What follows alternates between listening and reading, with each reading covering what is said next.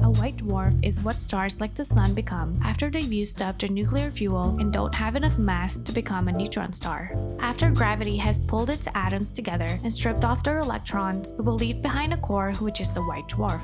This makes white dwarfs some of the densest objects in the universe. Imagine squeezing the mass of the Sun into an object about the size of the Earth. The more massive a white dwarf is, the smaller it is and the denser it is.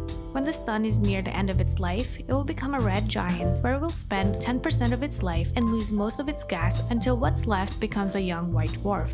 They are very hot when they form and will gradually cool as it radiates its energy. Then, its material will begin to crystallize, starting with the core, and will no longer emit significant heat or light. At this point, it will become a black dwarf. But because this process takes trillions of years, even longer than the current age of the universe, no black dwarfs exist yet. About 97% of all Milky Way stars will become white dwarfs, and once they have cooled down and become black dwarfs, the Milky Way will probably become invisible except for a few neutron stars.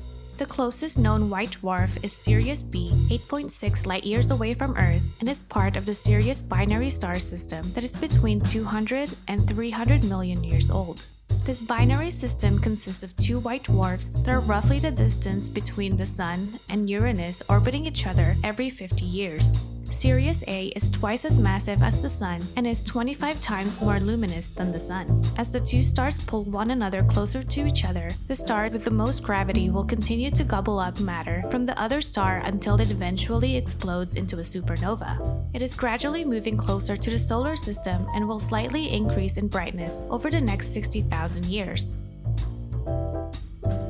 Thanks for watching, and keep looking up.